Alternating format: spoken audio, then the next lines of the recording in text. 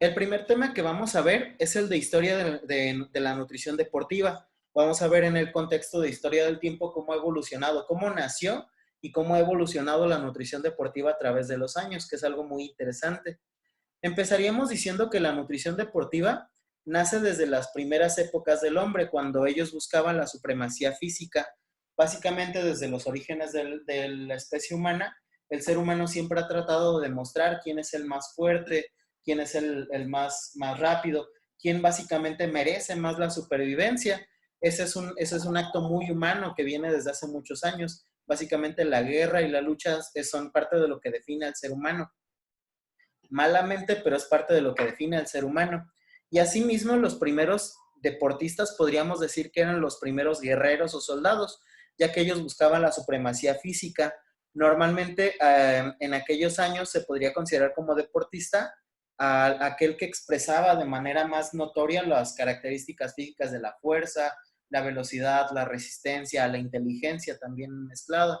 Principalmente tenemos historias de antiguos griegos y las hazañas que ellos hacían. Por ejemplo, digo, y en la historia hay muchas hazañas de estos sujetos. Uno de los ejemplos sería, si les gusta la película de 300, la historia de los 300 espartanos, que esa historia está media mal en la película, pero bueno, denota pues la idea esta, ¿no? De las cualidades físicas excepcionales como ser humano. Y entonces ahí tendríamos a la primera representación de los verdaderos deportistas, estos guerreros que peleaban para la supremacía de su tribu, de su pueblo. Ahora, la intervención de la nutrición deportiva desde esas primeras épocas era evidente. En aquellos años estos sujetos buscaban de aditamentos de alimentos, bebidas o demás que les ayudaran a mejorar su rendimiento deportivo. Propiamente encontramos historias de sujetos que ingerían cosas como hongos, vino, comían grandes cantidades de carne, tomaban alcohol y demás, y que esto probablemente o suponían aumentaba su rendimiento y potencia física, lo cual los convertía en esos primeros. Encontramos libros y historias de antiguos escritores de la antigua Sumeria, India, Egipto, China, Persia, otras civilizaciones como los griegos, por ejemplo, que hablan acerca de los métodos utilizados para hacer rendir estos deportistas. De hecho, tenemos la historia de Milón de Crotona. Milón de Crotona es el sujeto representado en estas imágenes. Milón de Crotona era un guerrero, campeón mundial de lucha 5 veces, que se decía que él cargaba un animal en sus hombros y subía a un monte con este animal cargado en los hombros. Se decía que entre más fuerza iba adquiriendo, más grande era el animal que cargaba, y más y más y más y más grande. Se decía que este sujeto ingería grandes cantidades de pan, vino y demás, y que esto era lo que le daba su fuerza excepcional. Ahora, estos sujetos eran asesorados por los antiguos pensadores de la época. Aquí entran nombres de pensadores como Pitágoras, por ejemplo. A ellos, llamados paidotribos, tenían la tarea y responsabilidad, dentro de otras cosas, de asesorar a estos deportistas o a estos sujetos para mejorar su rendimiento y su destreza física.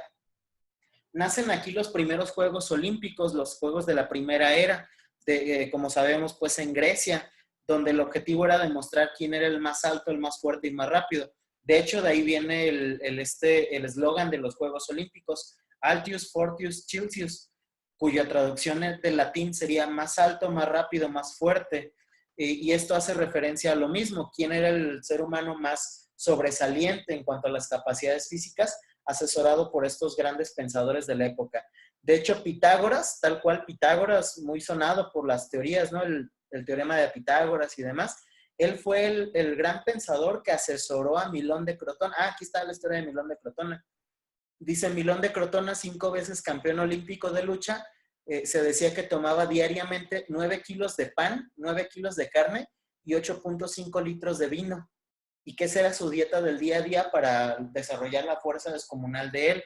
Aparentemente, según lo relatan varios autores más, era cierto. Podríamos considerar a Milón de Crotona el primer sujeto en suplementarse en la historia de la humanidad. Este, en aquellos años, el concepto de ser deportista se trazaba en la fortaleza física. Básicamente, el ideal de un deportista era un sujeto entre más fuerte, más musculoso, más voluminoso, más deportista se consideraba. Si nosotros trajéramos ese concepto a la mesa, diríamos entonces que el verdadero superhéroe sería, por ejemplo, Hulk y no el Capitán América, dado que él es más enclenque, más pequeño, mientras que Hulk, por el contrario, es voluminoso, fuerte, agresivo. Y ese era el estándar deportivo de aquella época, el estándar del ideal de oro de un ser humano, a lo más que podías aspirar. La nutrición deportiva, observa, a partir de ahí tuvo pues siempre un concepto claro, ¿no? Dar recomendaciones de cosas que se observaban mejoraban el rendimiento físico. Pero fue hasta 1897 en el primer maratón de Boston, perdón, donde se dice que aparece la nutrición deportiva de la era moderna. ¿Qué pasó en ese maratón? Bueno, hay que decir que antes de esta prueba, en todos los eventos deportivos, tanto maratones, luchas, olimpiadas, moría mucha gente. De hecho, hasta la fecha sigue muriendo gente en eventos como un maratón, un medio maratón. Y normalmente estas personas que fallecen eran secundarias a un mal estado de salud o poca preparación respecto al esfuerzo que tenían que realizar. En esta prueba, en este primer maratón de Boston, lo que hicieron los organizadores fue poner puntos de hidratación durante todo el recorrido e incluso darles pequeñas bebidas de alcohol a algunos deportistas. Se observó un mejor rendimiento deportivo y una menor mortalidad, murió menos gente. Y bueno, tú ahorita dirías, pues sí, obviamente les tenían que dar agua. ¿Cómo es posible que no les dieran agua mientras corrían un maratón? Pero tomar en cuenta que ese conocimiento se supo hasta ese año. Realmente hasta esa época se supo la importancia de que esta práctica se llevara a cabo. Así llegamos pues a 1904, cuando en la prueba de maratón de los terceros Juegos Olímpicos de la era moderna ocurrieron una gran cantidad de irregularidades. Ahí entonces se entendió la necesidad de estudiar no solamente qué mejoraba el rendimiento, sino qué hacía que las personas desarrollaran capacidades físicas muy sobre lo que ellos en realidad deberían haber desarrollado. Muchos de los deportistas de esas pruebas lograban hazañas para las cuales era evidente que biológicamente no tenían la capacidad de lograr. Y entonces se dijo, bueno, tenemos que estudiar entonces por qué están logrando esto, para entonces poner reglas sobre el deporte, la toma de productos. Todavía no existía la suplementación tal cual, la toma de productos. Y entonces ayudar sí a los deportistas por evitar que logren sobrepasar estos umbrales biológicos para los cuales están predispuestos. Antes de seguir, vamos a tomarlo de la captura de imagen para la asistencia. Entonces, ya saben, activen sus cámaras.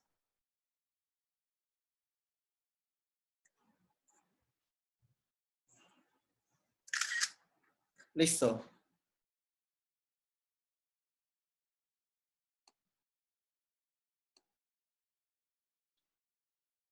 Muy bien. Tenemos la historia de un sujeto llamado Thomas Hicks.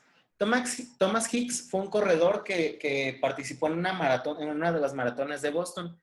Este sujeto, mientras corría, consumió claras de huevo, brandy y dosis de 1 miligramo de un fármaco llamado estricnina. Este fármaco, la estricnina, actualmente es utilizado principalmente para venenos de rata. Todavía tiene algunos usos farmacéuticos, pero bueno, muy controlados, por cierto. Pero en aquella época era fácil conseguir la estricnina y consumirla. Este sujeto tomó dosis de 1 miligramo de este medicamento, además de estar tomando brandy durante la carrera y claras de huevo. Se encontró que hizo un tiempo excepcional en el maratón. La realizó en 3 horas 28 minutos. Sé que 3 horas 28 minutos ahorita es demasiado para un maratón, tomando en cuenta que el récord anda en el 1:58 de Kipchoge, pero para esa época 3 horas 28 minutos era excepcional. Sin embargo, él al cruzar la meta de la carrera se desplomó y durante las investigaciones se encontró que si este cuate hubiera tomado un solo miligramo más de estricnina, hubiera caído muerto. Se encontró entonces la necesidad y la importancia de supervisar lo que ingerían los deportistas. En las décadas de 1920 se llevaron a cabo los primeros estudios sobre la dieta de los deportistas y las investigaciones se enfocaron en el uso de carbohidratos y grasas para mejorar el rendimiento deportivo, retrasar la fatiga lo más que se pudiera. En los años 30 se empieza a estudiar la suplementación y de ahí aparece algo que se llamó el boom de los suplementos. A partir de que aparecen los suplementos, aparece una contraparte muy pesada y que hasta la fecha se sigue cargando muy, con muchas repercusiones negativas, tanto en el deporte como en la salud, que fue el doping deportivo. El doping es algo que hay que decir siempre ha existido en la práctica de los deportes. El doping es la ingesta de sustancias dañinas a la salud, pero ingeridas por los deportistas con la finalidad de mejorar tu rendimiento físico. Hay que decir que los deportistas se dopan, muchos de ellos lo hacen, es algo que sabemos. No está bien hacerlo, pero se sigue practicando. El doping deportivo es algo que decíamos, no debería hacerse en realidad, pero ocurre. Y el doping tiene la finalidad, pues, de superar las barreras físicas de la persona. Ahora, ¿por qué los deportistas se dopan? Bueno, en el afán de lograr medallas deportivas, prestigio y principalmente dinero, que es lo que se logra al final después de todo esto, ellos se ven involucrados en la idea de hacer lo que sea con tal de conseguirlo. El doping es malo porque incluso rompe el espíritu deportivo, ¿no? Que es competir sanamente y competir con tus propias capacidades físicas. Durante la Segunda Guerra Mundial se hicieron muchísimos estudios. De hecho, la Segunda Guerra Mundial fue un parteaguas para la nutrición deportiva. Principalmente los estudios que hicieron eran para mejorar el desempeño de los soldados. Sin embargo, estos métodos que se diseñaron en la época sirvieron y muchos de ellos se siguen utilizando en la época moderna para ayudar a los deportistas a mejorar su nivel de competencia. En los años 50, la efedra y su principio activo tuvieron un boom fundamental. La efedra, un fármaco que ahorita es motivo de doping y es prohibido consumirlo sin una orden médica muy, muy certera, era consumido por deportistas para mejorar su rendimiento. En los 60, científicos noruegos y suecos estudiaron el proceso de almacenamiento del glucógeno a nivel hepático muscular y trataron de aumentar la reserva de glucógeno hepático muscular para el rendimiento deportivo. Ahorita sabemos que no hay posibilidades de aumentar la cantidad de glucógeno hepático que tienes y no se puede retrasar la fatiga por ese medio, pero ellos trataron de hacerlo. Y una historia muy curiosa es la de 1965 con los lagartos de la Universidad de Florida. El equipo de los lagartos de la Universidad de Florida era un equipo de perdón, era un equipo de la universidad con el cual se estudió el efecto que tenían las bebidas con electrolitos para mejorar el rendimiento durante la competencia. Encontraron muy buenos resultados. A esa bebida terminaron en honor al equipo con el que se estudió llamándola Gatorade. Y entonces esta bebida Gatorade ahorita es uno de los laboratorios y centros de investigación más grandes de las ciencias, ¿no? Del deporte. El Instituto de Investigaciones Gatorade es uno de los que más le invierten y de los más grandes que existen a nivel mundial. Propiamente la verdad es que trabajar en el Instituto Gatorade está padrísimo incluso. No tienes ni siquiera que lavar el equipo que utilizas. Ya que desocupé este matraz, en vez de lavarlo, lo tiro y cómprenme otro. Así de pesado es esa marca. Tenemos que en los años 70 se formaron diversas asociaciones para estudiar las ciencias del deporte. Aparecieron muchos conflictos a nivel político por el uso del deporte. Uno de los históricamente más recordados es la Guerra Fría entre los estadounidenses y la antigua Unión Soviética. De hecho, si les gustan las películas, en la película de Rocky 4 se parodia un poquito este hecho, ¿no? La guerra deportiva entre Estados Unidos y la Unión Soviética, en la cual había una carrera por ganarle al otro, y el deporte era una herramienta política como muchas otras cosas más para tratar de demostrar superioridad sobre los anteriores. En los años 80 se establece el campo de la nutrición deportiva, empiezan a aparecer muchos programas de posgrado y de investigación, y entonces se da algo que se llamó el boom del fitness mundial, donde se empiezan a popularizar no solamente algunos deportes, sino además se empieza a popularizar la suplementación y las ayudas ergogénicas. Este boom deportivo trajo como consecuencia la aparición de protocolos, programas y también de fraudes deportivos impresionantes a nivel mundial. Se introdujo el concepto del consumo matemático de nutrientes, es decir, el cálculo de nutrientes específico según el tipo de deportes. Por ejemplo, ¿cuántos gramos por kilo de hidrato de carbono requería un deportista? Pensemos en un futbolista, un ciclista, un nadador. ¿Cuántos gramos de proteína por kilo de peso requerías para otros tipos de deportes? Por ejemplo, lucha libre, box, levantamiento de pesas, etcétera. Esta época fue un parteaguas. Aparecen los programas, decíamos, y se incrementa el número de opciones de becas para estudiar esto. De hecho, empieza a revolucionarse el área del deporte a nivel profesional. Empiezan a aparecer científicos del deporte en el deporte, tomando en cuenta que anteriormente los entrenadores de deportistas normalmente eran ex deportistas, sin estudios. O sea, tú terminabas tu carrera deportiva, eras corredor, y así con la experiencia que adquiriste te ponías a entrenar a otros corredores sin estudiar deportes, sin estudiar nutrición, sin estudiar medicina del deporte, nada más por el hecho de que fuiste deportista, ya entrenabas. Y entonces en los años 80, como empiezan a aparecer especialistas del deporte, empieza a revolucionarse mucho el deporte a nivel mundial y la prescripción y demás.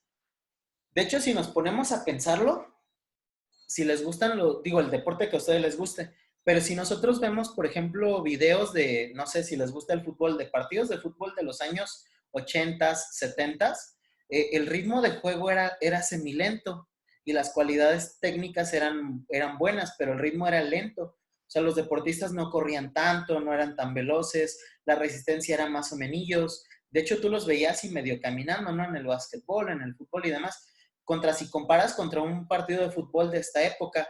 Un ejemplo que me gusta poner mucho es el de, veamos cosas como el video de la final de México 86, del Mundial de México 86, contra el video de la final del Mundial de Rusia 2018. La destreza física que tenían los futbolistas franceses es impresionante a comparación de la destreza física de los argentinos campeones del 86. Verdaderamente se denota la evolución que ha tenido no solamente el fútbol, sino las capacidades deportivas de estos. Y se debe principalmente pues a la introducción de las ciencias del deporte en el deporte. Actualmente el deporte es una historia verdaderamente impresionante, es algo rarísimo. Primero que nada, el deporte es utilizado como herramienta política, social, económica, etcétera. ¿Cuántas veces no vemos a políticos como por ejemplo Enrique Peña Nieto que en el inicio de su campaña y cuando era gobernador del Estado de México y en sus primeros años de presidente, él se iba a carreras, organizaban hasta una carrera para que él fuera, le ponían el número 1 y él salía corriendo con todo su gabinete y demás. Era una estrategia política. Parecía ser que a la gente le gustaba que su presidente corriera. Y por ahí veías, por ejemplo, a Silvano Aureoles saliendo a correr en eventos, él grabándose, ¿no? En la carrera de Cinépolis de Morelia y demás. Y tú decías, bueno, o sea, el señor se nota que no corre, pero ahí está, ahí anda. Y es que lo utilizaban pues como herramienta política, mediática. Ahí tienes a artistas ahora que utilizan eventos deportivos o se graban haciendo entrenamiento además con fines meramente pues publicitarios y aparecen figuras como la famosísima Bárbara del Regil o demás que utilizan el deporte como herramientas comerciales, la nutrición como herramienta comercial, pero ahí estamos todos comprándole, ¿no? El producto que es ella como concepto de marca. Otros ejemplos podrían ser gente como este señor Manny Pacquiao, un boxeador excepcional, tal vez uno de los mejores de la historia, pero como político una verdadera blasfemia, algo garrafal, algo que no debería repetirse. Pero utilizó su influencia como luchador, como la estrella que se convirtió en su país, Filipinas, para después volverse candidato. Tenemos a gente como Cuauhtémoc Blanco, un sujeto muy querido por el pueblo, por todo el país, por lo que fue como futbolista, como jugador del América, jugador de la selección mexicana. ¿Cómo olvidar cosas como el Mundial de Cuauhtémoc Blanco en la Copa Confederaciones del 99 o el gol de Cuauhtémoc Blanco en el Mundial contra Francia, etcétera, etcétera? El gol que le mete a Bulgaria, por ejemplo, ¿no? Uno de los más bonitos de la historia de los mundiales. Sin embargo, pues o sea, el hecho de que seas un gran deportista no quiere decir que de verdad puedas o debas ser político, mucho menos dirigir un municipio y menos aún un estado. Peor aún, que ahora quiera ser el presidente del país. Sin embargo, el poder que él adquirió como imagen pública Su campaña como deportista le da todo eso. Tenemos a gente que fue deportista en su época y que ahora es utilizada como herramienta política. Ahí tenemos a Ana Guevara, una persona que como deportista era excepcional. Digo, ¿quién no quería a Ana Guevara? Sin embargo, ahora es utilizada como herramienta y de hecho Ana Guevara pasó de ser la héroe del país a ser una de las villanas de la época.